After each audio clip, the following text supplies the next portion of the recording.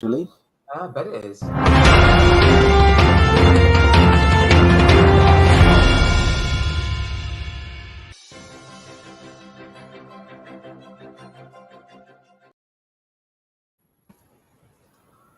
Welcome to David Nair on air, all the way from down under Brisbane, Australia.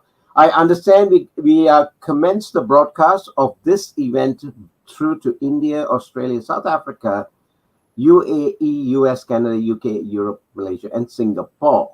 Ladies and gentlemen, I sincerely welcome those that are looking and watching this video from wherever you are. Yes, we have had a number of weeks off, primarily because certain activities were being held up in the studios. I sincerely apologize for that, but we will continue on a weekly basis hereafter. By the way, who's David Nair? As a peak performance coach, keynote speaker, author, book titled IXL Wide for Success, Your Purpose Matrix, Grail. So I put up 5 books. My key purpose in doing this on-air conversation is to bring and create people's awareness in different subjects. Why do I do that? Because I have a purpose in mind to create a mindset shift, a heart set shift, and a soul set shift in 1 million people, such that their generation and the next can be uplifted and given hope. This weekly broadcast does not come with ease. It takes a lot of effort and time in selecting the various speakers.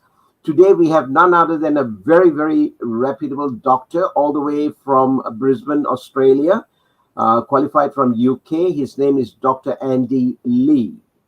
And in talking with Doctor today, I hope to enlighten individuals on the subject of ADHD. Welcome, Dr. Andy Lee. How are you? I'm awesome. Thank you very much. Thanks, David, for letting me join your program. Fabulous. Great to see you and welcome you. I know we're getting a bit cold weather down here, but I'm sure the guys up north will be having some wonderful weather. But let's hone in on the subject because we only got some time, limited time. Sure.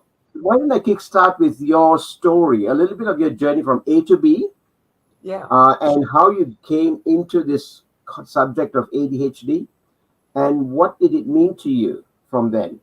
Yeah, absolutely. Well, it's quite an interesting story. I self-diagnosed myself in the 3rd year of medical school. That's when I found out I had ADHD. When I found out, it explained why I did poorly at school, why I failed a lot of exams at medical school. And then I diagnosed myself in 3rd year when a psychiatrist went through a psychiatry lecture about all the different health conditions related to mental health, from ADHD, autism, depression, anxiety, and so forth. And as he went through the symptoms of ADHD, I was like, tick, tick, tick, tick. That's me. Right. And then I realized I had ADHD. And then I realized, it was funny at the time because we were in a lecture theatre of 150 students at Liverpool University Medical School. And so the lecturer was saying, the prevalence of ADHD in the general public is roughly 8%, but in doctors it's 10%, and in GPs it's 10%, and in pathologists it's even more. And so everyone's looking around each other and pointing around and saying, hey, that person got ADHD, that person got ADHD as well. So it was quite a funny, enlightening experience. Interesting, because as soon as you and I started talking on this subject, that's exactly what I did. In my back of my mind, I was going through and seeing the behavior patterns and sort of visualizing where they are, what they're doing, and why the performance was impacted in relation to whether it's speaking or in relation to coaching, whatever. And I've chronically just going through and ticking this without even any test. Okay, so that's an interesting benchmark.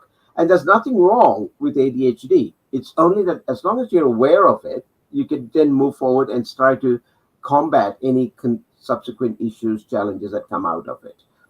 Why don't we stop here for a moment and you deep dive into this subject of ADHD? What is it? Why are people sometimes so cautious of it and concerned about it? Mm-hmm. Absolutely. So, I mean, ADHD these days is almost becoming a little bit topical and fashionable. More and more people are saying they've got ADHD. And it's not because I think people is saying that they've got ADHD because it's fashionable. It's because we're becoming more and more aware of it. Because of social media, people are realizing actually when people talk about the symptoms, they kind of resonate with those symptoms and go, oh, I have that, I have this, I have that. And so the awareness is rising. But ADHD is really out there. I mean, worldwide, there are 366 million sufferers of ADHD. Wow. It's a lot of sufferers. So globally, 6.8% on average per country. Now, some countries have more, some countries have less, but on average, globally, 6.8% of the population has ADHD. Right. And then because we have the audience in India, there's actually a little bit more. For India, it's 11.32%. Golly. And because of the growing population of India, that equates to annually 10 million children each year diagnosed with ADHD who then become adults. Andy, is this prominently amongst children, or does it go right through to the adults and thereafter? I mean, is there a fix for it? Well, you're kind of, in general, born with it a lot of the time. There are environmental factors that can trigger ADHD in some cases, but in general, that's somewhat genetic from parents and things like that. And then also, but then what happens is when you have the diagnosis of ADHD as a child, when you have it as a child, you then generally carry on with that into adulthood in about anything between 35 to 70% of cases, depending on which country. And so it does carry on. But the main problem is that a lot of people don't get diagnosed as a child. They get missed. They get mislabeled as naughty children or inattentive children or, just very talkative, very disruptive. And they have these problems, but then they go on to become an adult and they have the adult version of those same problems, but they manifest in a different way. Okay. Why don't we explain to people? Let's start with the basic. What is ADHD, and what are some of the general symptoms that a person can look for and be aware of? Yeah, sure. So ADHD stands for Attention Deficit Hyperactivity Disorder. It's also known as ADD, Attention Deficit Disorder, because some don't always have the hyperactive component. And they're sometimes the tricky ones, because if they're not hyperactive, if they're not the kids literally climbing up the walls, then you kind of get missed, and that's what happens. But those people still have the same amount of problems as anybody else with ADHD. They just don't have the obvious hyperactive component. And the symptoms depends. In a child, as I mentioned before, it's, talking a lot, disruptive, not paying attention, doing poorly at school. But in adults, it manifests as generally inattention, so poor attention to things, easily distractible, starting tasks all the time, starting new tasks before finishing old tasks, getting procrastination, taking a long time to do things, finishing tasks, getting overwhelmed by all those tasks, then sometimes getting anxious by those tasks. And then sometimes subsequently getting depressed by those tasks. And jumping from task to task is also a symptom, right? It is, yeah. So because one of the features of ADHD is that people with ADHD don't produce dopamine, they shift from task to task, because when people with ADHD come up with the idea, because they're very creative thinkers. So when they come up with ideas, they get a hit of dopamine. So they love that. So when they come up with these ideas, they get a hit of dopamine. And so they'll come with lots of ideas because they're getting lots of hits of dopamine. But when it comes to following through, because you don't get any further dopamine,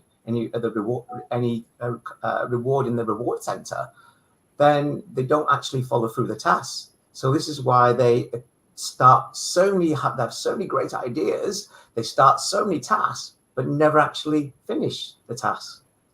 Right. So the follow up and follow through on an activity or a task that's been assigned is dropped.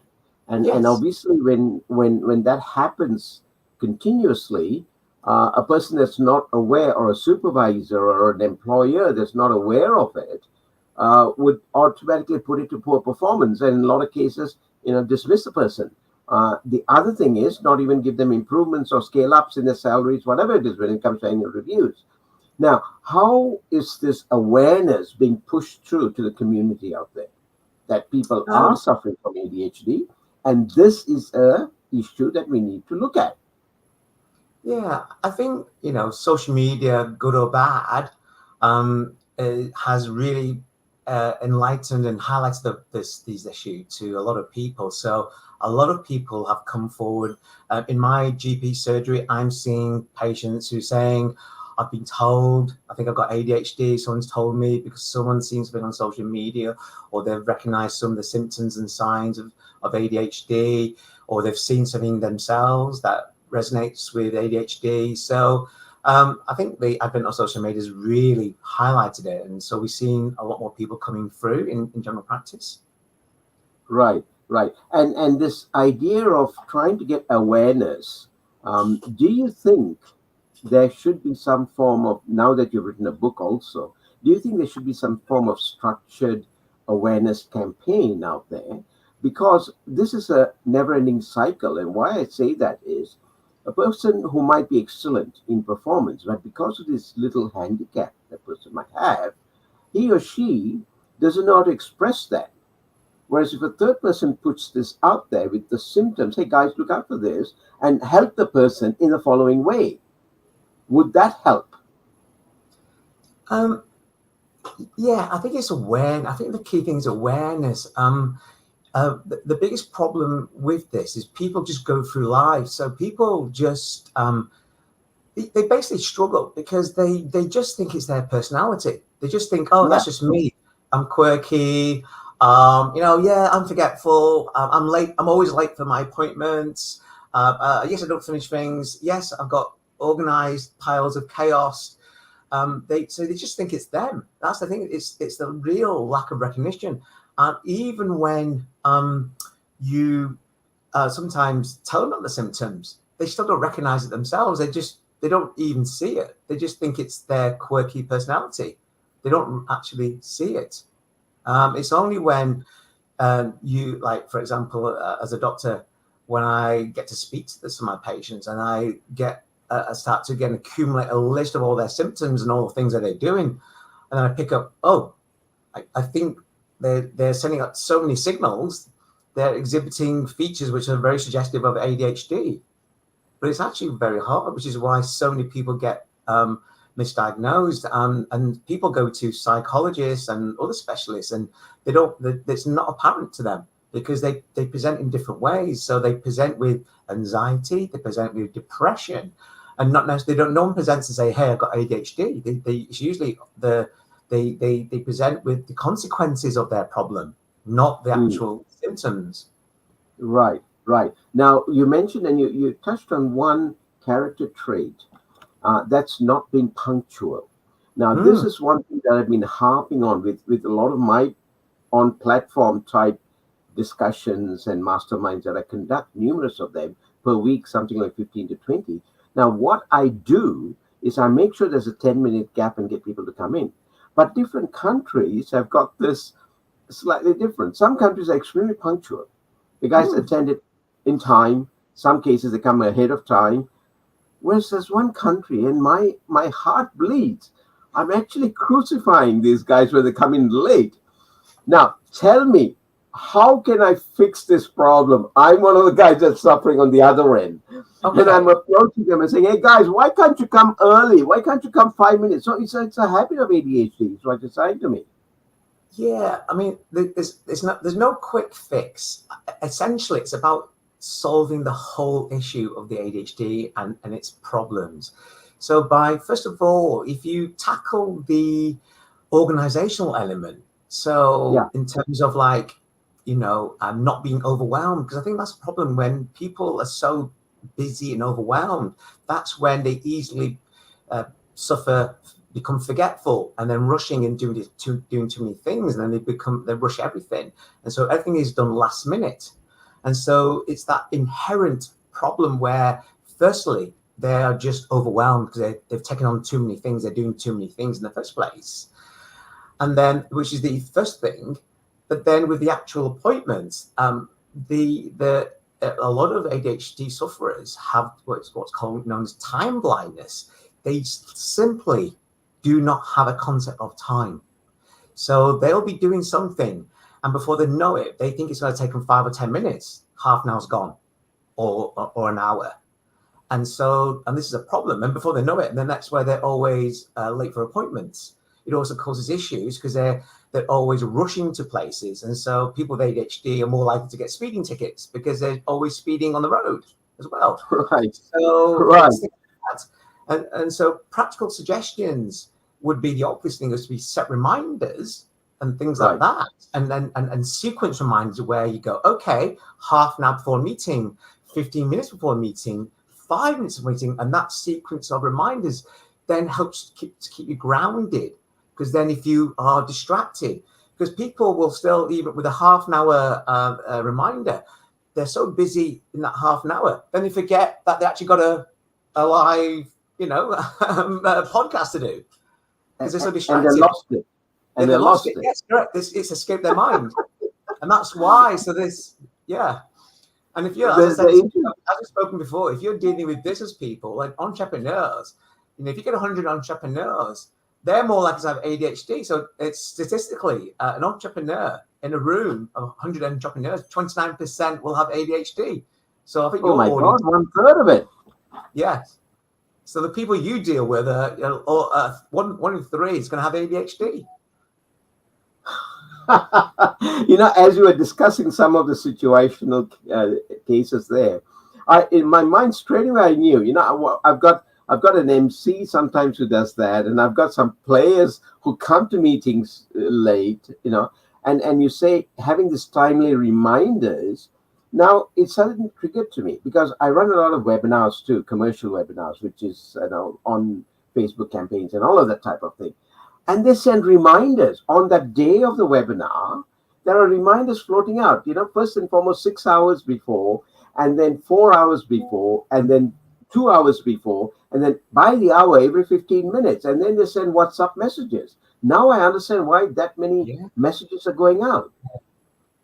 I mean, that's a very practical way, and that's, and there's other ways of dealing with it. But yeah, that's a very practical way that I suggest to my patients, my clients, on how to basically not be late for appointments. Because they, when they get late for appointments, it's usually something vital to them, whether it's like a business meeting or a health, a doctor's appointment or some other appointment.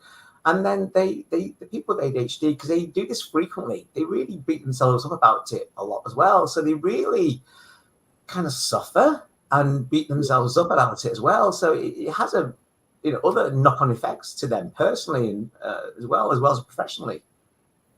Right. Andy, when we were talking earlier, I think last week, I can't recall, separate to today, this morning's talk with you and I, you addressed a case of technology, okay, and how people get hampered with it, and hence that what I call shortcut approach to solution drives. Would you like to elaborate on that so people can see and feel it? I mean, I've noticed over the years that, society is changing. We're now bombarded with social media and with so many distractions. There's over 1 billion hours of content on YouTube. There's lots of social media platforms. You've got your Instagram, your Facebooks, your Snapchats, and then not only that, we're bombarded with endless content on things like streaming services like Netflix. And people these days, I've noticed, are not dealing with their problems like they used to in the past, where they would talk to people and have a dialogue and discuss their problems and solve their issues. Attention spans are, as we know, falling, and people are solving their problems either by getting very quick answers from their friends on messaging apps, on WhatsApp or messages, and sharing their problems rather than discussing their problems, but sharing the problems on a text or a message, and then getting a relatively short answer to that problem without any dialogue or minimal dialogue or compared to talking. And they're kind of solving their life issues via text or via messages, and not, like we used to do with standing in front of each other, face to face, having a conversation and solving it and bouncing ideas and sharing ideas. And so, and then there's also the accessibility to Google. And so people, when they have a problem, because it's sometimes difficult to get access to a doctor or things, they Google their problem and they're looking for these answers. But unless you know exactly what you're looking for, it's rubbish in, rubbish out. So unless you really know what's happening with you, you're not going to get the right answer. And so you're going to get the answer, what you think is the right answer, but it's not necessarily the right answer for you, because really you need to see a specialist, either a professional, whether it's a doctor or a counselor or a psychologist. Right. It's interesting, because I had a associate of mine in Delhi who, during COVID time, everything came to a freeze. Okay. And kids were studying at home, even preschool in some cases. So once COVID was finished and the gates were open, so to speak, this particular lady took her little toddler to preschool. And there was nobody there. She was one of the first people there. And the little kid was running around with all these big toys that the kids can play with, the seesaw and the riding horse. And she was so excited. And she was running into the school in the classroom. And she said, Mommy, is this mine? Is this all for me? Because she's never even envisaged going to preschool before that. This is her first encounter there. Okay? Now, how many people are like that with ADHD?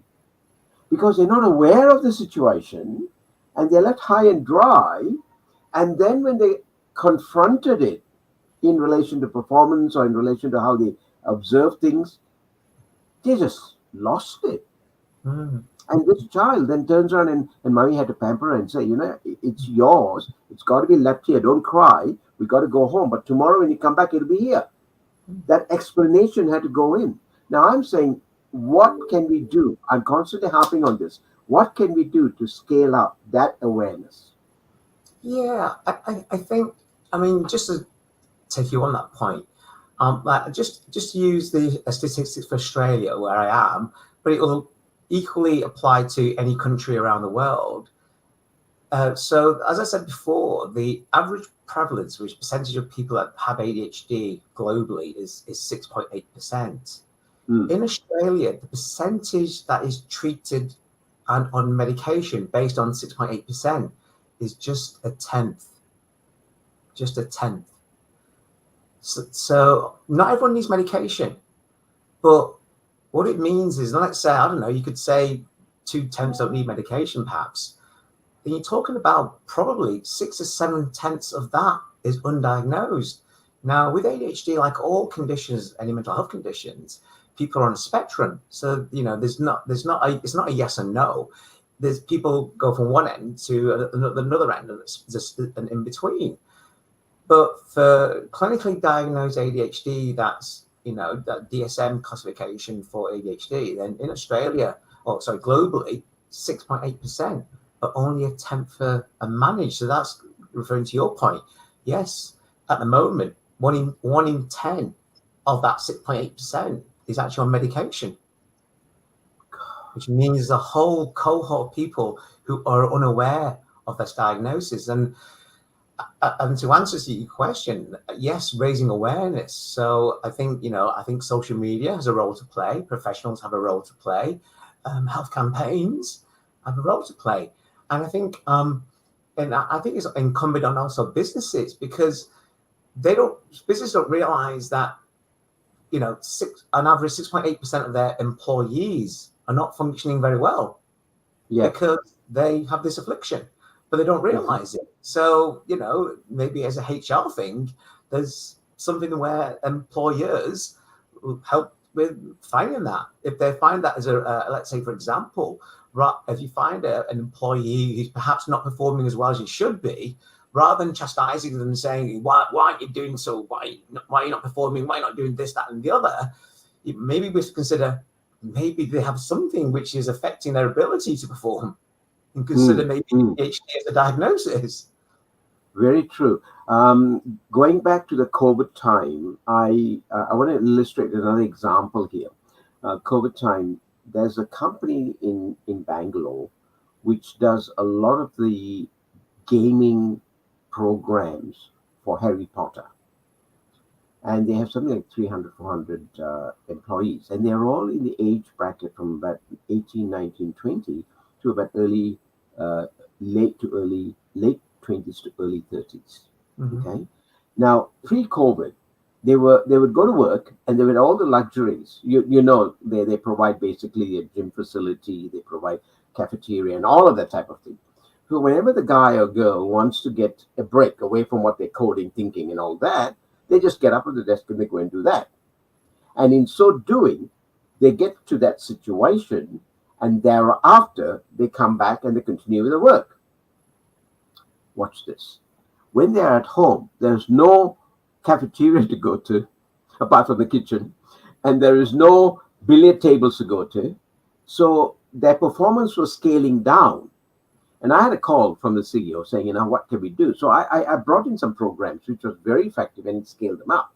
But I did not realize, if I knew what I know now on ADHD, I would have approached it from a different angle, knowing that, this is what I'm saying, even I was not aware of the infliction that ADHD can do. I would have approached it from the angle of, yes, we'll do some of the experiential training and learning, but at the same time, do a diagnostic of this, do a measurement of this, and then see how you can scale yourself up based on it. I wasn't aware of that. So, and now you've created that awareness in me. Yeah, so and then that's a very good point there, because and to use COVID as example is a really good example. So when it's almost a good determinator of discriminator of finding out if someone's got ADHD. So when you've got an employee who goes to the office and then they've got set tasks, they have a timetable of tasks, because there's a structure there, they will follow that structure, because they're expected to do targets. They're sat there in front of a computer. There's no distractions, or there's minimal distractions. They get on with their work, and therefore they perform as expected. But when they're at home, working from home, and it's not just with ADHD, because there's lots of distractions, and if you've got family there, children, or other things. But aside from that, the problem that people have, and especially with people with ADHD, is they get attracted to lots of shiny objects around them, so they get distracted. So they have so many things that they have to do at home that they know they have to do, because, as I mentioned, about all these unfinished tasks. So when they're having a break, they'll go off and make a cup of coffee, let's say, but then they go, oh, there's that thing I need to do. Oh, so I'll do that. Oh, that reminds me, I've got to do the other task as well. Oh, I need to do that. And they start doing that. Oh, they go, oh, that reminds me of this other task. I'll start to do that. And before you know it, they're over here, oh, that way, doing this task. Then really they should have been here doing this task. Exactly. Yeah, and then before you know it, half an hour, 20 minutes, an hour, 2 hours has passed, and they don't realize it because they got distracted. And then that's so almost like a discriminator. That almost identifies someone with ADHD, that alone. So true. Now, I'm not going to penalize this person that's come and asked a question. I know for a fact Deeps has come in late, and she missed our first discussion. So for the purpose of that, can I get you to readdress the question that I asked you earlier? How does one identify ADHD in adults in these tough times? Yeah, so you can go to, there's lots of websites that you can do a self-test online. A lot of them charge. So one of the best tests that doctors use as a screening test is known as a CARS test, which is a CAARS, a Connor's Adult ADHD Rating Scale. Now, you can get that usually for a charge in lots of places, but there's a UK website called ADHD Me, M-E. And if you go to that website at adhdme.org, I think it is, if you go to that website, you can get that test, and they'll give you a score, give you a likelihood of whether you're likely to have ADHD. And if you take a screenshot, then you get the test for free. Otherwise, if you go to the next step, they ask you for some money. Right. Okay, thank you so much. And I hope that answers your question too, Deepa. Now, we spoke about India. We are having, what was the figure you mentioned annually? Yeah, so the prevalence, so the percentage of the population of India that has ADHD is more than the global average of 6.8%. So in India, it's 11.32%. It's much higher. God. And that equates to annually 10 million children diagnosed each year who then become adults. That's just diagnosed each year, so it's upping every time. And what do they do? I mean, how do doctors cope with it, or how do schools cope with it? How do employers cope with it? It causes lots of issues. So in schools, traditionally, they're the naughty kids. A lot of them are deemed the naughty child. They're inattentive. They can't sit still. They're very fidgety. They want to get out of their chair. They always want to talk to their other fellow pupils. So they're always interrupting. They're always in trouble. They're always doing detention. As you get older, they're the ones who don't complete their homework because if they don't have any interest in it, they don't do the homework. So they get in trouble for not doing the homework, and then they end up in detention. And this repeats itself, and it continues as they go through the school years. And then it doesn't end there. And as I said before, it varies in different countries, but on average, about childhood ADHD continues into adulthood in about 60%, sometimes 70% of the time. So they carry it through. Right. Now, these community of people ranging from kids, adolescents, and adults with the symptoms, they are left there. And some of the environmental factors influence in India, for example, culturally, having to live with the extended family, having to do certain, what I call norms that comply with family requirements, quite separate to some of the Western countries. Do you think that has an influence factor to scale up ADHD?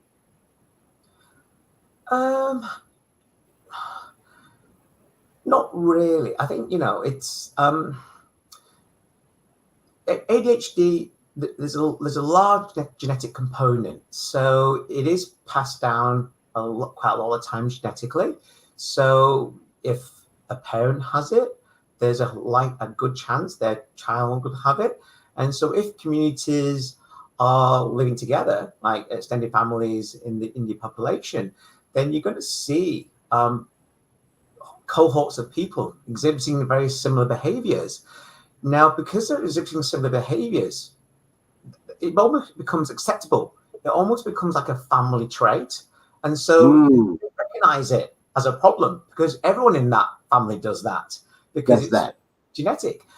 And, it's not all bad, but it's almost things that this is what we do as a family. This is what our family members do. So it doesn't get really recognized. Outsiders might recognize it, but people within don't really essentially recognize it. Right. Now, you also touched just now on the computer and how the shortcut to a shortcut type approach in responses for messaging. Computers were supposed to be generated to ease our workload, but it has not. No. Okay, very honestly, because it's scaling up.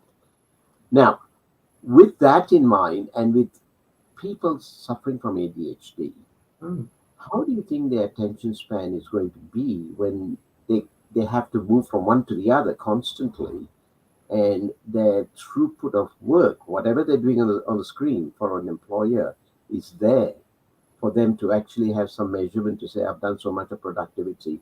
Why I ask this question is, one of my clients is a bank, and they do the operations globally in a place in Chennai, the back office work.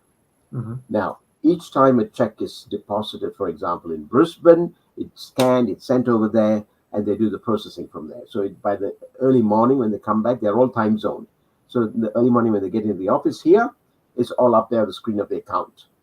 So that processing element would also be drastically impacted, okay, both from an accuracy perspective and also from a throughput perspective. How are we going to turn around and measure the person and say to him, look out for these following things, like a measuring stick, a dipstick check, as they go through this process? Yeah, I mean, you're absolutely right. So, we always thought that when computers were invented, that they were amazing and they're going to make our jobs easier because they're going to help automate a lot of processes. But what we've noticed is, in actual fact, is computers actually have done the converse. They're actually making us work harder because of the efficiency that computers can afford us. We're actually doing more work because we're processing more work. We're actually doing more stuff. We're achieving more stuff in less time. So we're actually dealing with more volume because we can with the assistance of computers. So it's, compared to a previous generation, we're getting quite overloaded with the volume of work in comparison.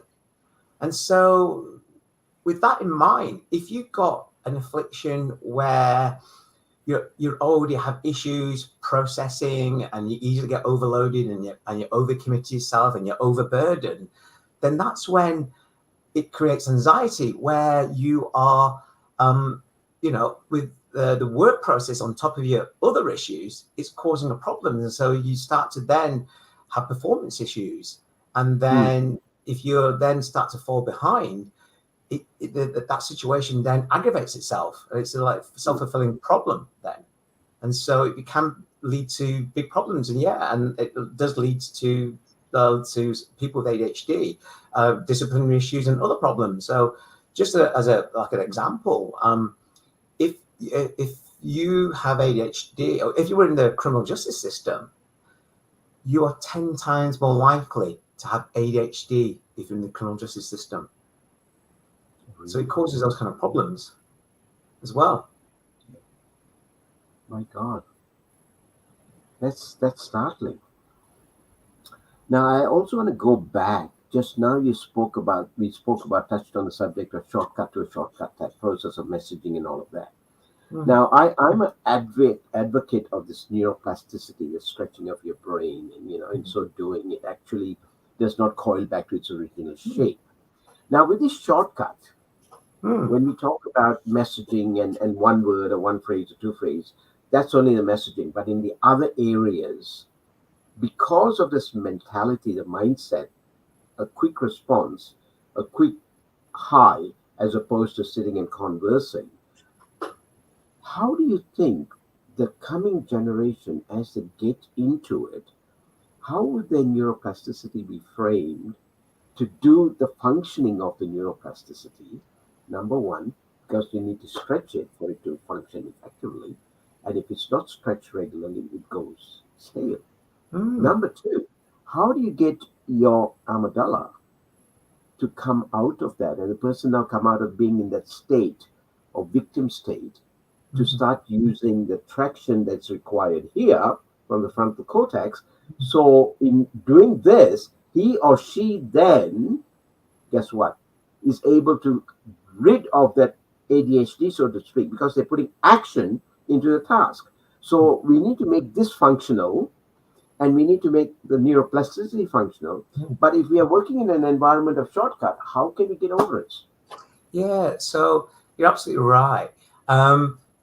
The key to all this, which is, will be my forthcoming book, essentially the first part, which is the obvious part, is for the person to basically empty their mind, because we are so overloaded, we are so overwhelmed with so many things going on in our lives that this is the problem. There's so much thing going on. Our heads are like giant washing machines things whirring around. We've got hundreds of things going on in our head. How can you think straight? How can you come to a reasonable conclusion to something when you've got all these distractions going on in your head? And that's the problem. You can't. So the first place for anybody is, first of all, clear the decks. And that's essentially what we have to do in whatever sense we can achieve that. And I have a formula that's in my book, which simplifies that and does it in a very systematic way, which helps people to basically clear their mind and then structure it in a way so they actually know what they're going to be doing moving forward. And so when you kind of reduce the chaos, life becomes a little bit easier to manage because you've got a bit more structure to your life. And then in terms of like, the brain's always there's neuroplasticity, but unless you calm the brain down, nothing's going to work. So that essentially, as I said, the key is making space to allow for that to change. To relate back to the computer era, that's what they used to call defragmentation in the olden days in the computers, okay? Dumping it. Now, I'm actually, I didn't mean to lead you into this because that's exactly what we do in our masterminds. I am running what we call early morning rituals, which allows people to understand the clearing of the mind through certain processes. And the process is very simply put that one of the elements is mindful exercises, and the other is in relation to making sure they understand breathing exercises and they understand how to turn around and look at meditation, visualization, all of these components put together. And if you have a recipe of how we can work it together, which is what I do, it enhances a person's soundness. Absolutely. So the formula that I have is a very practical, very easy formula to follow. So it deals with the actual practical aspects of their life and the actual things that are going on in their life. Because if you get that organized, then that's a whole lot of stuff that's basically in a better form and in a better structure, and they have a better direction. Yes. And I agree with you. Meditation, mindfulness, that helps in the moment. So doing breathing exercises, being mindful, meditation, at that point can relax somebody almost like a Control-Alt-Delete on a computer. It just resets them and then allows them a little bit of space to then deal with some of the issues in their life, or then slowly bring things in that they can handle. But it doesn't take away from the fact they still have this massive giant washing machine behind them of stuff that someone's doing. So both need to be done. But my formula is more practical. My formula deals with that giant washing machine. It helps organize that giant washing machine of their mind. Right. That's fabulous. And when are you planning to look at releasing the book? Yeah, hopefully it should be out in the next coming, hopefully 2 to 3 months, subject to editing and publication issues. So I'm going to launch an ebook first soon, because it will get that out as soon as possible before I actually get a hard copy. But you'll be able to get a hard copy through Amazon anyway, through their publishing network. Great. And do you plan, how are you going to go globally with the book? I do, because the formula which I've used for patients, now it normally takes me an hour to deliver it to patients when they come to see me in my practice, which is obviously not very efficient because I can only do one person at a time per hour. So by writing a book about it, I can share it to more people at once. And it's a very simple formula that's easily translatable. So I do plan to take it global and to help as many people as possible, because I want to help as many people with this affliction who are suffering from this to basically better their lives and get it better organized and become less stressful for them. Right. I'd like to see you taking it into India, especially when you talked about those statistics over there. We need to look at how we can, slice it into to the communities out there. And as long as that awareness is brought out, and it's going to help enormous number of people. So as we get closer, we might even have another interview with you on the launch of the book, and then see how we can, showcase that for you. Yeah, I'll be delighted to come back, David. Good, good. What else do you think would be of huge benefit from a perspective of an employer? I want to do each segment now from a perspective of an employer to be consciously aware. What do you think are other key elements that I need to highlight? I think there's usually a pattern. It's never just one thing in isolation. So, for instance, if, I think from an employer's perspective, so if there are performance issues with their work, that would obviously be, from an employer's perspective, that would be their concern because it's affecting the business. But if, let's say, for example, they also noticed that quite frequently they were late coming to work, as a common feature, then that is like a little bit of a warning bell that there's something else going on as well. And then there's other clues. So, which just the personality traits. So the kind of personality traits that someone with ADHD would exhibit is they're quite fun. We're quite fun, energetic people because they're always on the go. So they can be the life and soul party. They can be the office clown because they're usually quite quick-witted, and they can be identified as the employer who's usually got good ideas, because people with ADHD, it's not all bad. Having ADHD is not all bad. People with ADHD also have a superpower if they're interested in something. And so if they're if they're interested in something, they become very good at doing something. So they usually come up with really good ideas.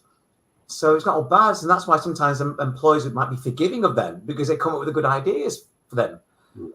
But a trait that someone with ADHD has is they're impatient. So when you're having a conversation, they'll quite often interrupt people. So if they do that, that's another little flag to say they might have ADHD. Right. But it's these kind of awarenesses. Yeah, and this is why I wanted to drive this fact, so employers actually are not short-sighted, and they're consciously aware of this, and not wait for the HR department to come through the process and say this patient has got such and such case. Now the same thing applies, keeping the employers on the side, in relationships.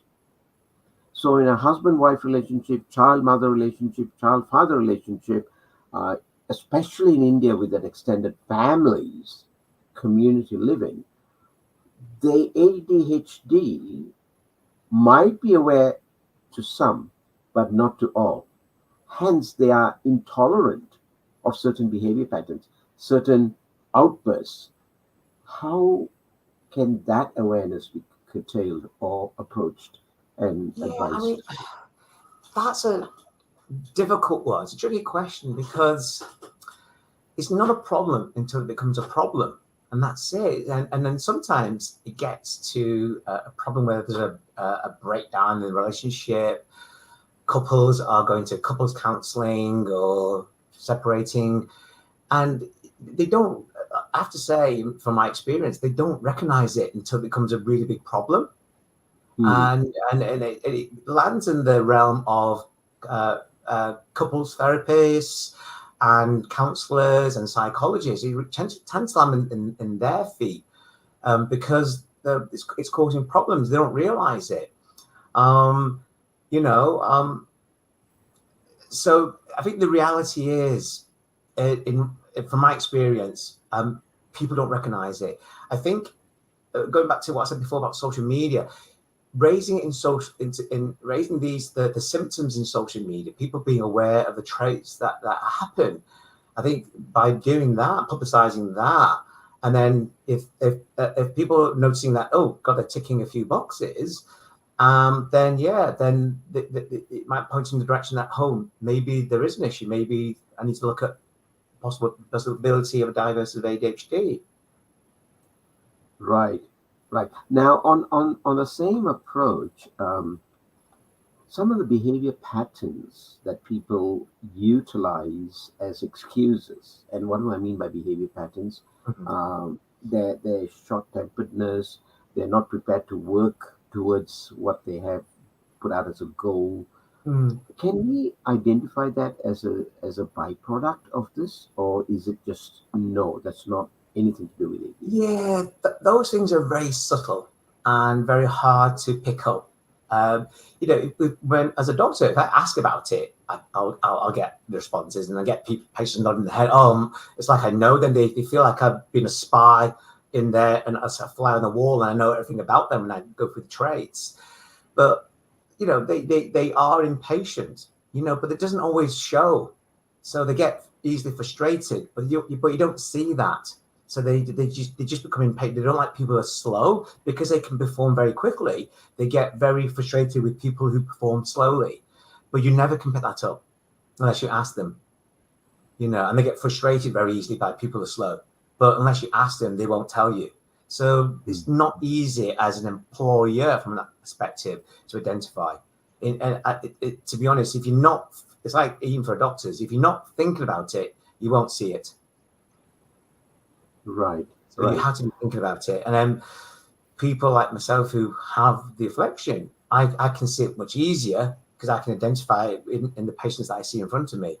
So it's easier, but also medicine is my superpower. And so I can see it much more easy than other people, than other doctors. Mm-hmm. Now, you mentioned dopamine, and I know it's one of the dose chemicals, and part of that, obviously, you can identify people that have a craving for sugar. They have a craving for chocolates. They fall into alcoholism in the case of depression. Now, those type of symptoms and signs, should we encourage the person to take it one step further to go for diagnosis?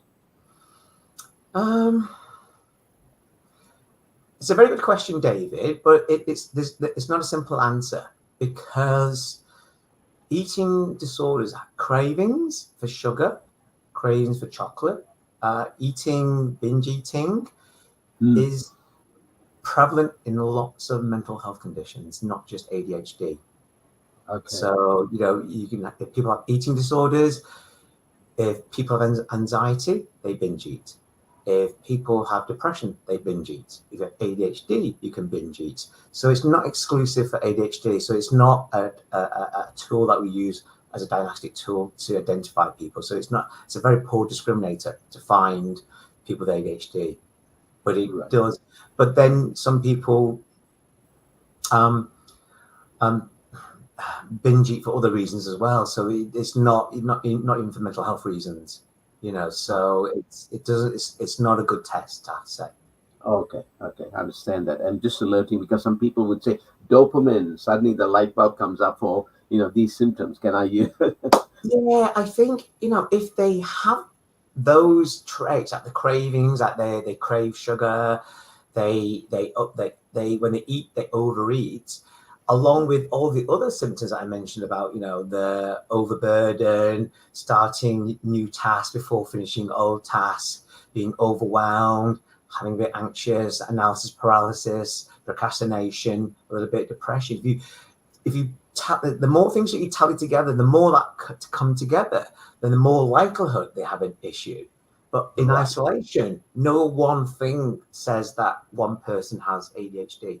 It's the more things that you have leading towards it makes it more likely that you have that diagnosis. Fabulous. Andy, thank you. Thank you so much for coming on, taking time off your precious practice.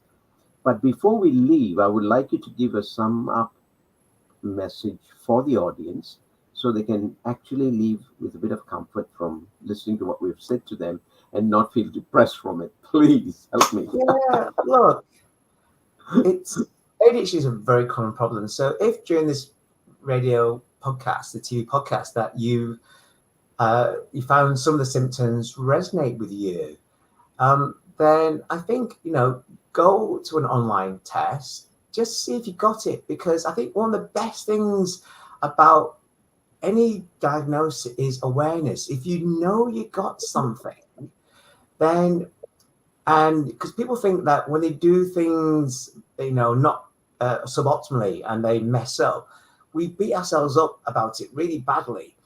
And we're very hypercritical of ourselves.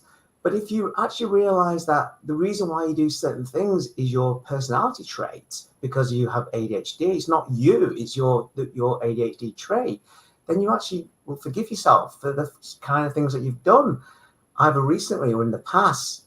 So I think awareness is the key. Awareness. So if you think you got it, and then I would suggest look into perhaps doing an online screening test. And if you do, then look into the condition, look at all the different traits. And if it resonates with you, then I think that would help you understand yourself better, and that can only be a good thing. Great. Thank you. Thank you for your words of wisdom. Andy, once again, thank you so much. We will connect again somewhere for a cup of coffee or a beer and catch up with you. Thank you so much. Appreciate your time. And audience, thank you so much for your presence and attention. You're very welcome. See you again. Take care. Bye-bye. Bye-bye.